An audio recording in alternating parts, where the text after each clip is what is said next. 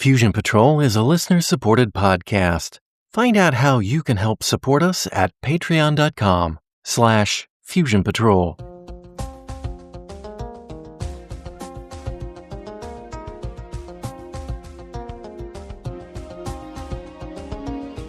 This is the Fusion Patrol podcast. Each week, we look at a different science fiction TV episode or movie and overanalyze it to within an inch of its life. Welcome to the discussion.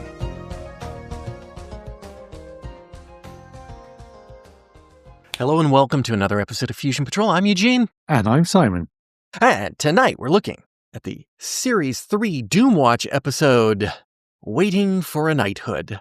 But before we start Waiting with a Knighthood, it's important to mention that Series 3 is not as complete as Series 2. And when I say it's not as complete, there are only 3 episodes in existence. Out of 13. Out of 13, which is bad. So we have skipped 3 episodes that do not exist at this point. Now, I am thinking of putting something together elsewhere to summarize the missing episodes, but for the sake of knowing what's happened between Public Enemy and Waiting for a Knighthood, there are a couple of events that might be important that you know. So here is a very brief summary of the 3 missing episodes. Actually, it's not even a summary of the 3 episodes. It's a summary of the things you need to know in the 3 episodes. So here we go. After the events of Public Enemy, Ridge steals vials of lethal anthrax and holds the world to ransom unless they publish his manifesto about what needs to be done to save the world. His plan fails in part because of an old adversary of Ridge's, Commander Neil Stafford. After Ridge's plot is thwarted and he is committed to an asylum after an attempted suicide, Stafford is placed with Doomwatch as the minister's man to help wind Doomwatch down. But Stafford is a manipulator and manages to back the minister into going all in and double funding for Doomwatch and giving them new powers, new staff, and new headquarters. Hardcastle and Chantry are sent to pasture to keep them quiet about Ridge, and Bradley is promoted. And there we are, with what you need to know. Good. Yes, now, the not-so-short summary of Waiting for a Knighthood. A vicar is giving a sermon. It's a bizarre, rambling assemblage of incoherent thoughts, but it's not just the Holy Scripture, it's other incoherent thoughts. And then the vicar collapses. In the pews that day, Dr. Anne Tarrant. Weeks later, Dr. Quist is relaxing on a Sunday afternoon at Anne Tarrant's cottage. The vicar's wife shows up to update Anne on the vicar's condition. He had lead poisoning of all things. She takes a few jabs at Dr. Quist's atheism and makes some commentary on declining church attendance. Quist shocks her when he reveals he practically lives with Anne now. Anne lets her off her shocked horse by letting her in on a secret. Quist and Tarrant are married, but Tarrant has kept her maiden name. Back at Doomwatch's super new high-tech headquarters, Quist puts Bradley on looking into how the vicar got lead poisoning. In the minister's office, his inside man in Doomwatch, Neil Stafford, is playing politics. He's warning the minister that having 2 insiders in Doomwatch is counterproductive. Bradley and Barbara's investigation turns up that the vicar was always renovating cars, a passion of his. And not only did he strip the parts in high-octane leaded gas, but the ground near his garage is highly contaminated with lead from the exhaust fumes. You know, John Ridge used to tinker with high-performance cars. Maybe he had lead poisoning too. Quist hopes to get Ridge out of the nuthatch where he is being held after attempting to kill millions of people. So the team investigate the lead angle, while Anne evaluates his current mental state. During the investigation, at Ridge's rented mews, Bradley and Stafford meet Ridge's landlady's maid, who keeps an eye on the place. She learns from them that Ridge is in a sanatorium. Meanwhile, Richard Massingham, industry tycoon, is wining and dining his old friend the minister. He wants him to understand, fully, that the car industry is vulnerable. If they want to make cheaper and better cars and sell more cars, they need lead to remain in petrol. Those overzealous Europeans have started to ban leaded petrol, and even the Americans have fallen for the hysteria just because the air in Los Angeles is bad. Later, Massingham's son is kidnapped. Clues lead the police to a rich lady in the country, one of the stockholders in Massingham's country. Yes, she and her driver and his wife, her maid, saw the boy, but they didn't see anything suspicious happening. Stafford visits Ridge on Quist's orders to evaluate him, and who should turn up at the same time to visit Ridge? The rich woman's driver, or should I say Ridge's landlord's driver, or more specifically, Ridge's landlord's maid's husband. The driver, she, the maid, is the kidnapper, and he's gone to Ridge for help. Ridge, still incarcerated, gives the info to Stafford. It seems the maid's son died of lead poisoning, which she now believes is auto industry's fault. So she has kidnapped Massingham's son, who is about the same age as her son when he died. What are her intentions? Revenge killing? A mentally unstable plot to replace her son with another child? It's never really clear. Could she be suffering from lead poisoning too? Doomwatch look into that angle. Massingham wants the minister to publish something in all the papers saying lead in petrol is safe, so the woman will release his boy, but the minister, while a political animal, does seem to understand that lead really is bad and demurs at the idea. He does reveal that Doomwatch's investigation into the kidnapping reveals that the maid's son probably died of lead poisoning from chewing on his collection of old-time lead toy soldiers. They will be publishing that in the papers. Perhaps it will help. Back at Doomwatch, and as an aside, Stafford points out the other mole in Doomwatch to Bradley and suggests he fire him. Ridge is also released from the sanatorium, and Stafford gives him a ride home. When Ridge gets there, he discovers the maid has been using his flat to keep the boy prisoner. So all's well that ends well. Also, industry makes a preemptive marketing strike and announces a 25% reduction in lead in their products. Quist points out to Anne a 25% decrease still leaves a massive amount of lead being released into the atmosphere. The end. So it's a whole new world for Doomwatch, and we missed it all. On the way. Oh, what are your thoughts on waiting for a knighthood? Well, I have to say the whole new world thing is, in a way, this is still very definitely Doomwatch, and I'm not quite sure. One of the things I've come across a number of times in just sort of reading around a little bit here and there on Doom. I've been avoiding spoilers, as you know. This is what I do. I dislike spoilers. I've not seen Doomwatch. I want to come to it fresh. But nevertheless, it's hard to escape the fact that there's quite a lot of discussion around that Series 3 is different and that it stops being the Davis and Pedler show and starts becoming the Dudley show. And so I was expecting big changes, and clearly there are some changes here that, changes in the cast in particular. Mm-hmm. And I think maybe the plots have been sexed up a bit in terms of bringing more thriller elements in. But at the same time, I was kind of reassured that there is a fundamentally Doomwatch basis to this episode, in that it's all about lead in petrol. And it still tickles me. I did enjoy that aspect of it. Yeah, it feels a little bit more like the Neil Stafford show to me. He does seem to have almost the driving role. Everyone else seems to be kind of incidental to him, but well, he is, as you say, a manipulator. I'm disappointed not to have seen his introduction in Fire and Brimstone. So we're coming in, and clearly we've got a guy with an agenda, and yet we haven't had the chance to read between the lines because we haven't been able to see his performance. Right. And some of the things that we can't get because the episodes don't exist is that Ridge goes, just so far off the rails. It's unbelievable. Frankly, I would have to see that episode to believe. Ridge has always seemed to me to be someone who isn't especially. There are moments, particularly at the start of series 2, where you kind of see that there is a true believer in there, but that's still beneath what is fundamentally the character of someone who is quite out for himself and will do the expedient thing and is a bit like Stafford himself, a manipulator.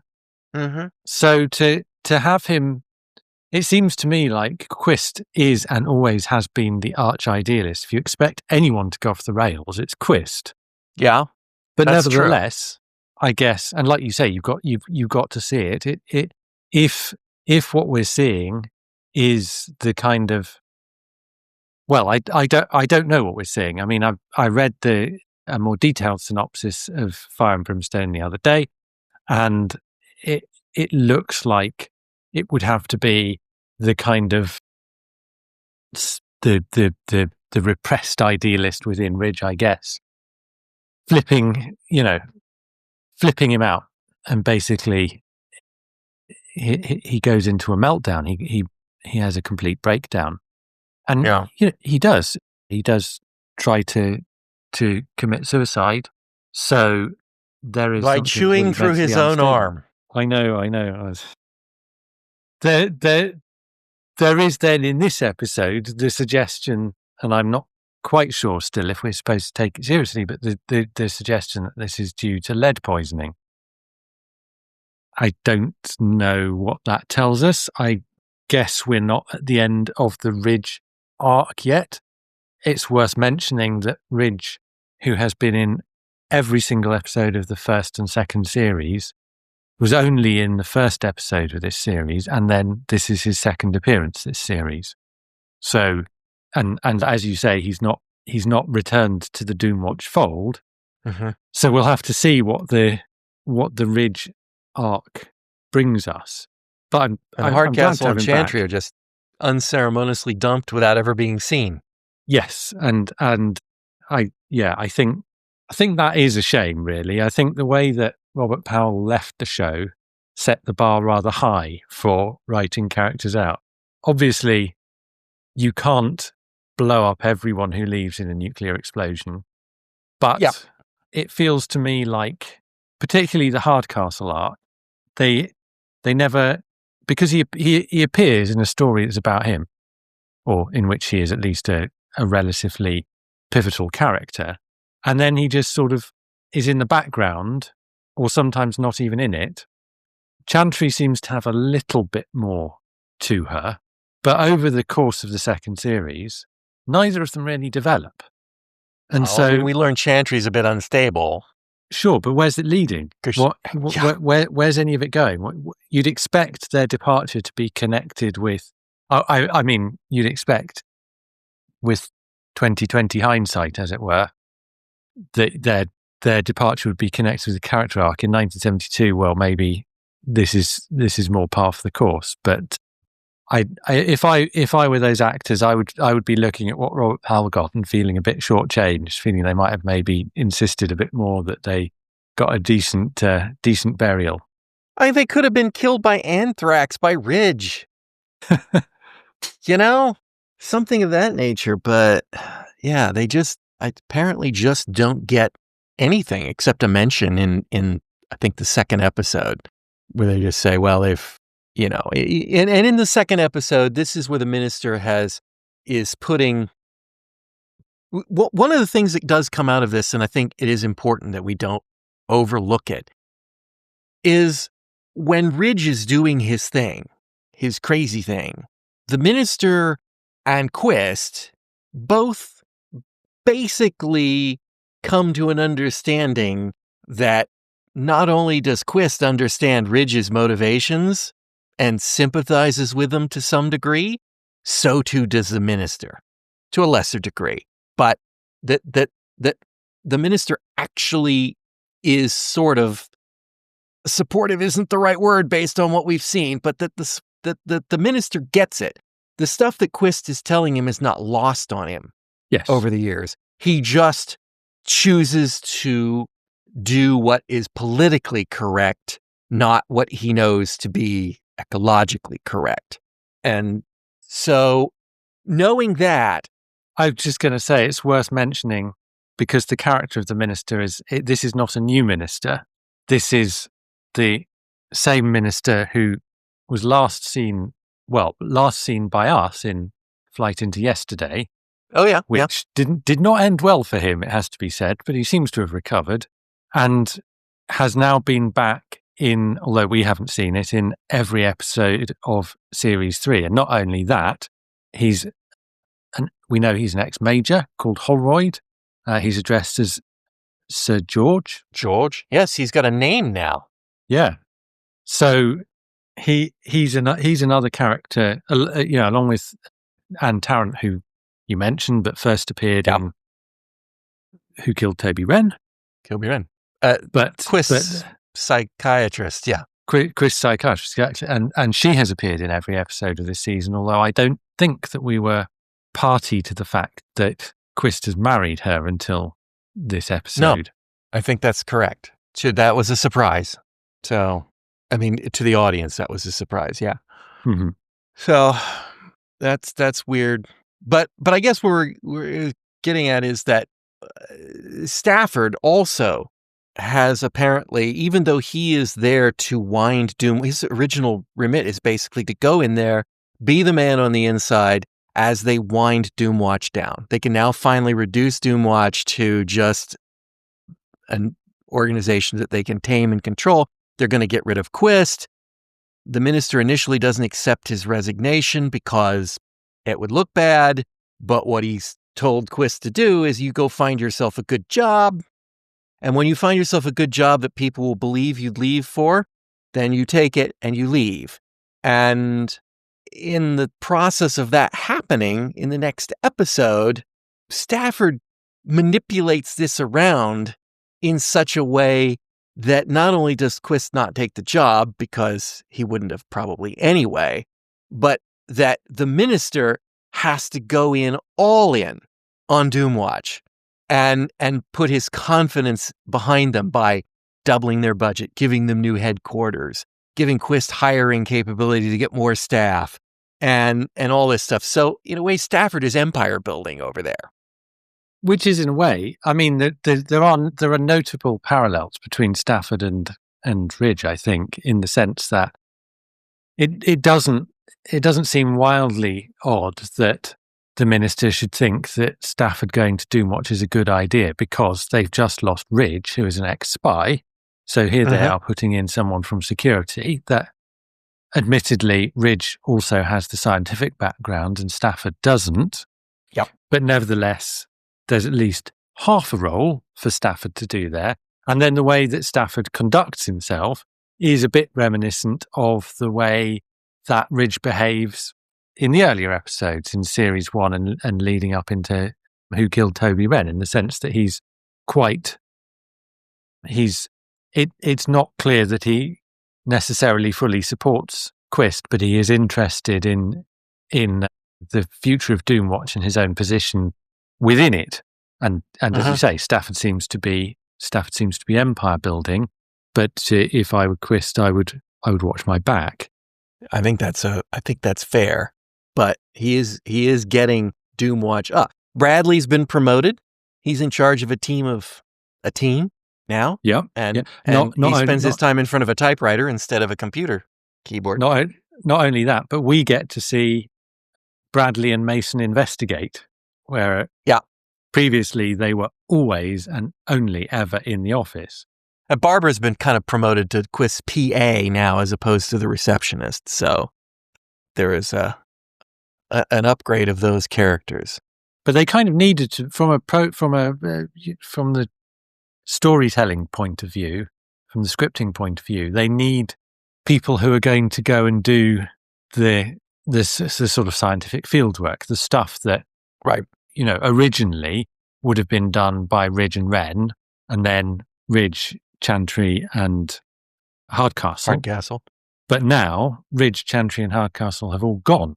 So that's kind of what Barbara Mason and Colin Bradley are doing to fill a void, because Stafford's obviously not a scientist, and the other the minister is still the minister, and Tarrant is a psychiatrist. Yeah, she's not on the Doomwatch payroll. Whatever she does is, at least so far, is done as a favor to Quist more than anything else. Yeah. Now, I believe, and it's very, very hard to separate, when you're looking through the missing episodes and commentary, it's very hard to tell where these things go. But Anne is an independent contractor for Doomwatch. So she is actually somehow on the payroll on I guess a per job basis. Okay. But that seems to me like remarkably bad hiring practices for Quist. I happen to know a psychiatrist we could send. My wife. Ooh, yeah. So I don't know if that's if I can't tell if that's happened now already, or whether that happens in many of the more missing episodes that follow this. So that it's not explicit in this episode that that's what's going on. No, not in this episode. Yeah. Her key role seems to be, well, she's connected with the leaded vicar, and then she has an interview with Ridge. So it doesn't seem to be something that is directly involved with progressing Doomwatch's investigation in this case. But I think it does touch on the fact that if there's a certain convenience in doubling up there, that you get another semi-detached member of the Doomwatch team if you're going to bring her in as a contractor. But she's also fulfilling a role in the show as Quist's main squeeze, confidant, all the rest of that. Because we have a number of scenes that are a discussion of the case between them, which is obviously quite important to the structure of the story. And yeah, it's an interesting relationship, and I liked the fact that they were secretly married but pretending to live in sin, because it doesn't normally work that way round. And, no, it is weird. But I liked it. It was almost like they were taking they were ashamed of being conventional and taking a pride in flouting the norms that obviously would have been much stronger in 72 even than they are now, and yet that Tarrant took pity on the poor woman who was obviously being kind to them, despite the fact that she thought they were living in sin. Yes, and the fact that Anne is a churchgoer. Yeah, there's a brief discussion there, very brief discussion there about them, sort of the two of them, Quist and Tarrant, just not. We just don't go there, kind of thing. Which it's weird. It's weird. And another thing that's weird is, as far as I know, You Killed Toby Wren was not written by Terry Nation, right? Oh, wait. Terrence Dudley, you mean?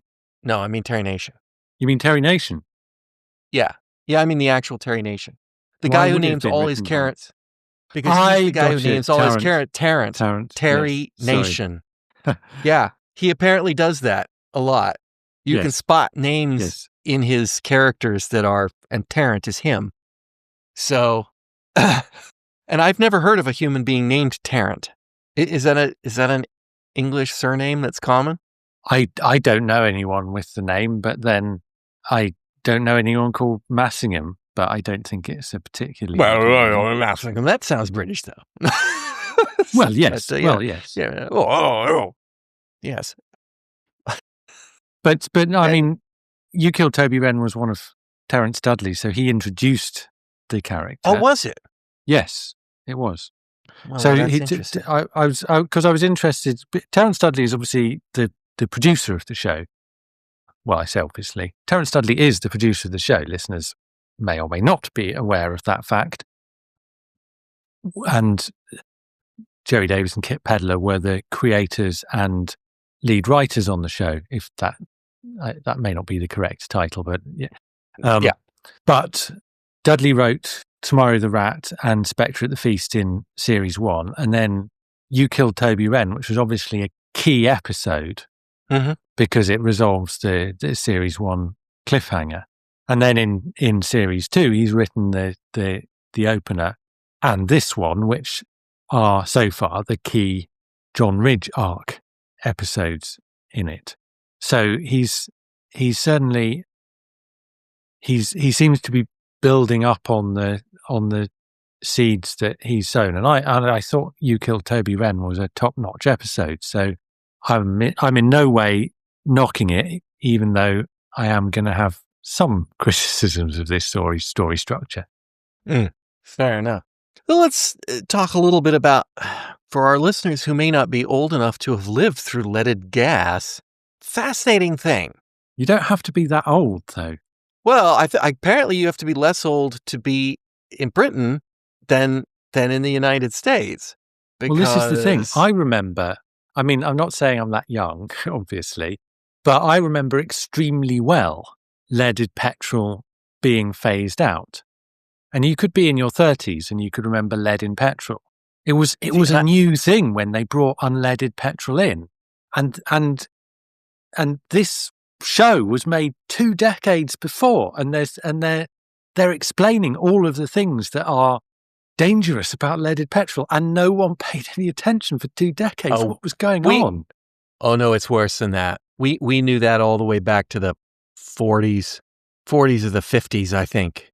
And there was huge efforts to get it done, and there was just absolutely a lock on keeping lead in gas, despite the fact that we knew it was extremely dangerous. It's a scandal. I mean, there is an episode, if anyone wants to really go off the rails here, there's an episode of the new Cosmos, and I cannot remember what the full name of the first new Cosmos, which is with Neil deGrasse Tyson. And there's a whole episode that kind of goes into the whole the history of leaded gas and the efforts to get it removed, and how just absolutely villainous the people were to keep lead in gas over the time.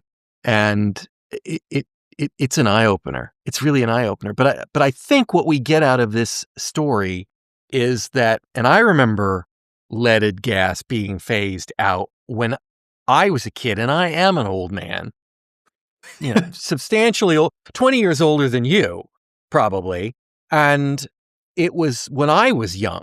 So they were phasing it out in the 70s in the United States.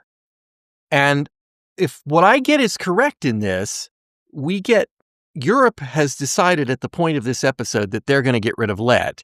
And the United States, which founded the Clean Air Act and ultimately the Environmental Protection Agency in 1970, was what started a little bit of that. And the bit about California is California got permission to establish stricter emissions guidelines because the pollution in California, and particularly in Los Angeles, was extremely bad.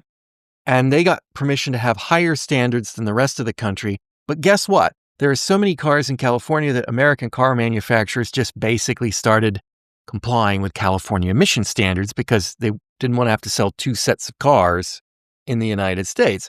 So starting mid-70s is when we started to see it going on here. But if I get this, Britain isn't even contemplating actually doing anything yet at the time of this episode. So I'm thinking maybe Britain actually came to the game really late, particularly because, if the Europeans are doing, we don't want to do that, right?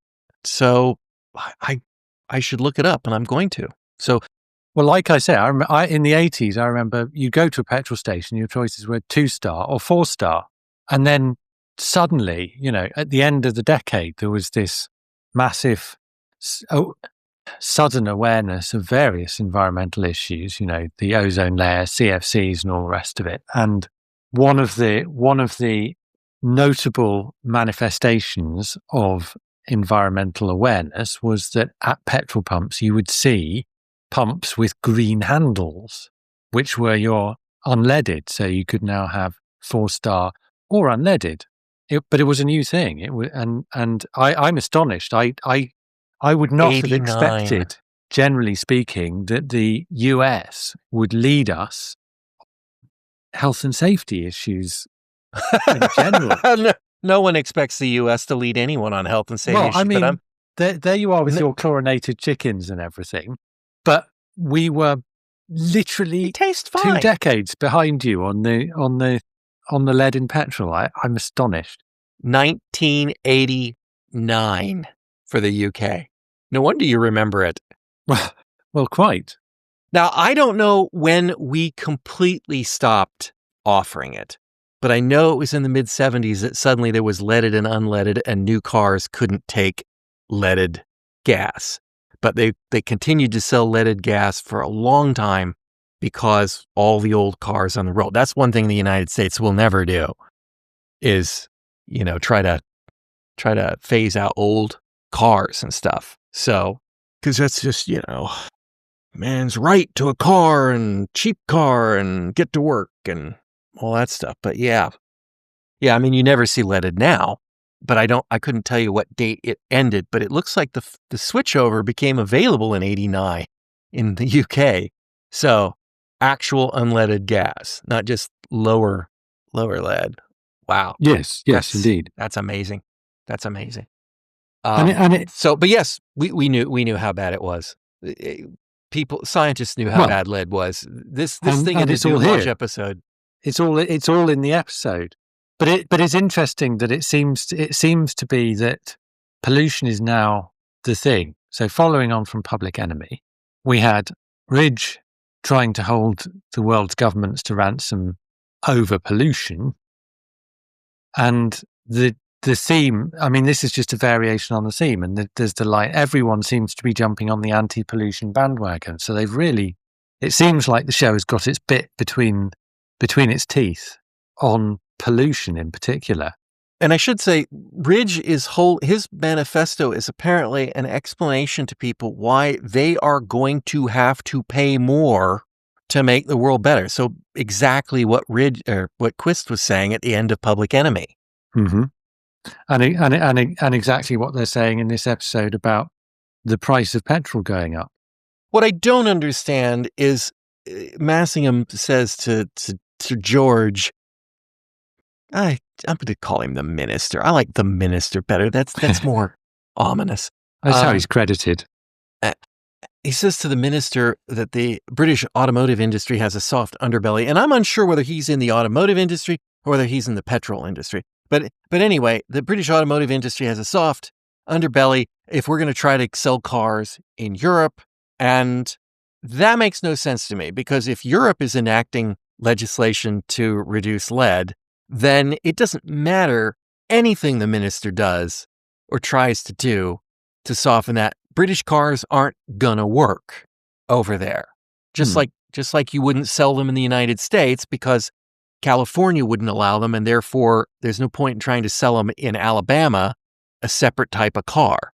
They just didn't do that. And I would think that the British automobile manufacturers, if they wanted to sell in Europe, would just have to make the cars work on what Europe could provide in terms of petrol. Mm-hmm. So that was a little... I'll tell you one thing about this episode that does really kind of bother me, and that is, the vicar has lead poisoning. Okay, fine, that happens. Although I will tell you right now that my grandfather, who was an auto mechanic his entire life, the man was cleaning his parts in gasoline forever. Into his 70s, he was doing that. And his 70s would have been just about the time they were beginning to phase out leaded gas in the United States. And he never went crazy like that. I mean, we're talking a lot of cars, right? I mean, that's what he did from the Great Depression on. About a sample size n equals 1. Yeah. And I mean, he died of cancer, which is probably caused by it, but soaking himself in gasoline all the time. But that's another story altogether. But we've got the vicar, and I suppose, right? It happens. I mean, nowadays, I know for a fact that my house has some lead-based paint in it. It's the right age.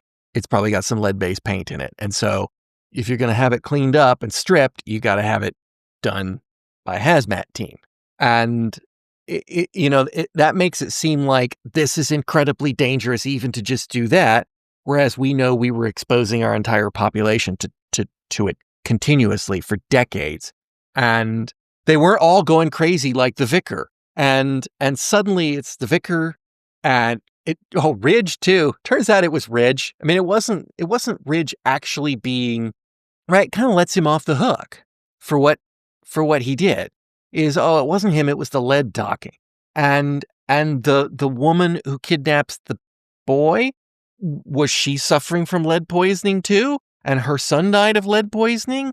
And were there any other lead poisoning in this episode? I mean, it was enough of them. I don't think there was any suggestion that she was suffering from lead poisoning. I thought there was when they were checking the windowsills and stuff in the house. They were looking for lead contamination in her flat. I think that it's reasonable that at this point in the longer story, they come across a case involving lead, and then they think to make a connection with what happened to Ridge because they've come across a case involving lead. So, to me, that's not a coincidence. That is a cause and effect. The thing about this story that I'm not particularly wild about isn't so much the lead, all the lead connections. It's some of the other coincidences, some of the other doubling ups. For the similar principle to Ridge's landlords. to Anne being a contractor and being Quist's other half. It's like here we've got a character who comes into the episode as someone who is a petrol industry tycoon. That's obviously relevant to the story because here's Doomwatch investigating something about unleaded petrol, or rather leaded petrol and its effects, and here's someone who's clearly going to want to put pressure on the minister because their whole thing is lifestyle. It's based on being able to claim that lead in petrol is safe. So that's where the pressure's coming from. Okay, fine.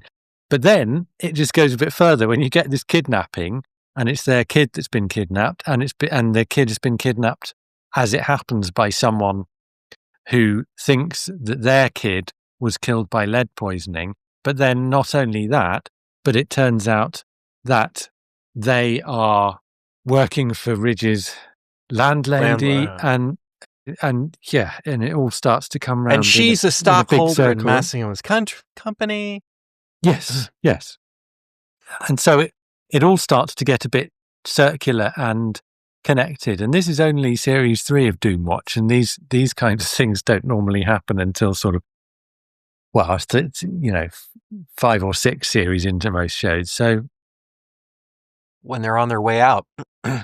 Well, maybe when they're on their way out, but it's a thing that bugs me maybe more than it does other people when you get convenient coincidences like this, because I tend to think that when shows are new, there's a lot more attention paid to the details of the story like this, and later on when there's some real confidence in the show, and this is definitely, at this point, I wouldn't say this is a show on its way out. I mean, looking at this episode, because if it is shifting, and I think it is, it's still quite confident as a sort of semi-political thriller, and it moves along as a lick and gives you a satisfying ending and all the rest of it.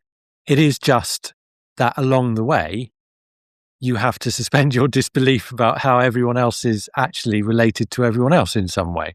Yeah, no, it definitely noted on me that it just far too many link connections in this episode were it was too far fetched. It was just ridiculous. I mean, I realized that there are only 500 people in Britain So, I mean, these coincidences will happen once in a while. Well, I did think that, in the sense that they're all probably in the same sort of Westminster circles and so forth, and they all probably do live quite close together. But even allowing for that, it did seem awfully incestuous. Yeah, and the fact that the driver would go to Ridge, and it's like, oh, who would I go to? Oh, I know the guy. It just doesn't gel. It doesn't gel in that way, and it seems like it would not be hard to put that right. What is the point of actually having her use his apartment? Well, what is the payoff for that other than... Given all the other coincidences, it's not that surprising that she's using his apartment. I think the point about it is you've got a relatively large cast for the episode, and therefore, if all of the people you had connected with Ridge's story and all of the people you had connected with the Unleaded story were actually different people, you'd be doubling up a lot of the parts. The budget probably wasn't there for it. It is a large cast. It is a large cast compared to an average Doomwatch episode. It feels like. But then, the part of the landlady, did we really need to see them interview her? She didn't really add a whole heck of a lot to it. Well, I wondered that at the point where they were interviewing her. I thought, why are we seeing this interview? She must be the kidnapper. And of course, she was a crucial connection to the kidnapper. And so that was sort of the reason. But whether you needed that connection or not. I got to tell you, when they started talking to her, within a couple of sentences of her starting to speak, I went, she's Ridge's landlady. Because the fact that they had wasted their time with that whole stuff about, I'm the maid, not the landlady, I work for the landlady, and then when they said, oh, I was in the car with my maid, I'm like, oh, yeah, that's totally Ridge's landlady. That is, but why? But why is that Ridge's landlady? Yeah, it feels like it has no purpose in the story. Its only purpose is in the convenience it provides for the production to be able to just have one character, one actor fulfilling these different functions within the plot. Yeah. So, what else have we got on this episode? The only thing that I've got down here that I wanted to mention is that I really thought that the actor playing Massingham Jr. was an absolute hoot. I mean, what a star. Child actors aren't always the best, but he was terrific. He's played a few roles around that age, and then I apparently didn't continue on into the acting game as he got older. There was one thing. I did look him up by accident. I looked on IMDb and I saw the name Massingham. Stephen Dudley. And I go, oh, yeah, he's the producer's son. I don't know if he's the producer's son, but I think he was in an episode of Doctor Who as well. I think. He was in a couple of things I actually knew of. I looked him up by mistake and saw that and I go, wow. And the reason I looked him up is because Massingham Sr. was driving me crazy. It's like, I know that guy. I recognize that guy. I cannot for the life of me place that guy.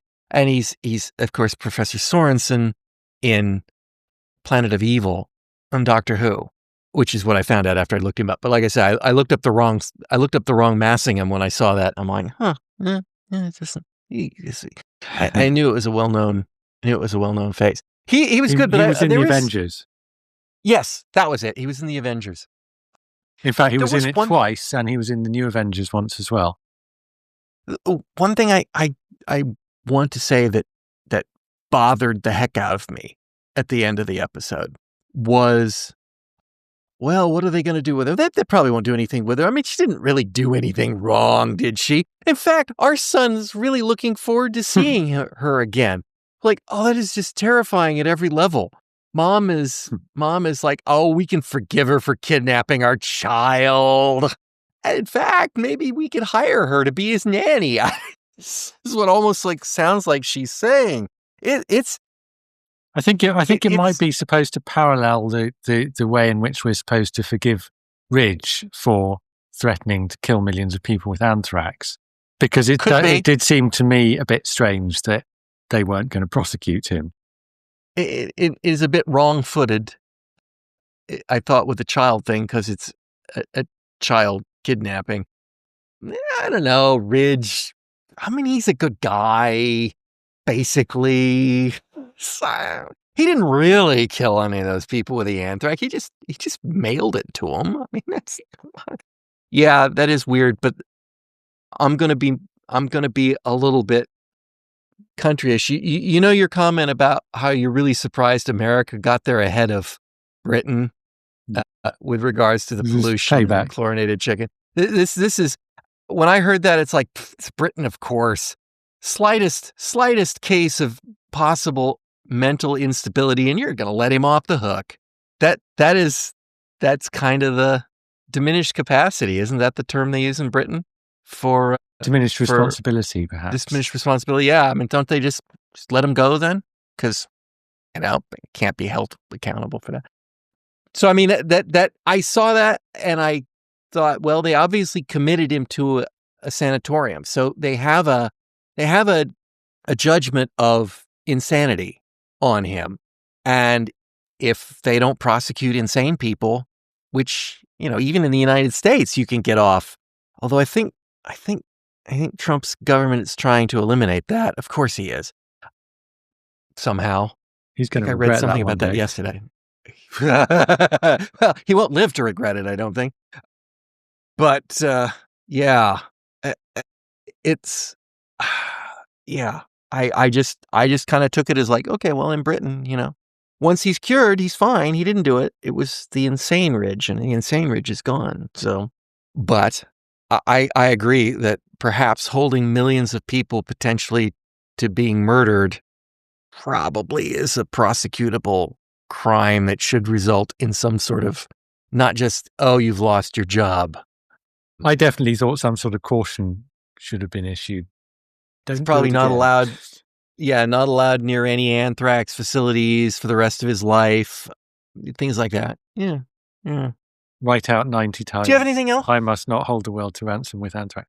No, I don't have anything else. I have checked, and Wikipedia tells me Stephen Dudley is indeed Terence's son. So there we go. Well, nepotism. No wonder he thinks it's okay for Quist to be hiring Anne Tarrant as a consultant in his work. I will say, one thing I noticed that was weird in this episode was when they were searching for the child, they were doing the little sort of montage, that piece of music they were playing, Street Beat, it's obviously stock music, not custom written for this episode, was just totally out of place. It just, and I knew that tune from somewhere else, which I probably already posted somewhere on Facebook. It came, I know it from Spider-Man, the cartoon series from the 60s, where they used a lot of stock music that had that sort of brassy sound. And I tracked the album down, and sure enough, a bunch of the other music from Spider-Man was in there too. But it's just obviously something that they picked up and said, what would be a good tune for cops looking around, searching for a kid? And because I don't think I've ever noticed any music in Doomwatch apart from the theme song to date. Have you? I can't say it stands out, but then I can't say that this particular... Maybe a sting or two?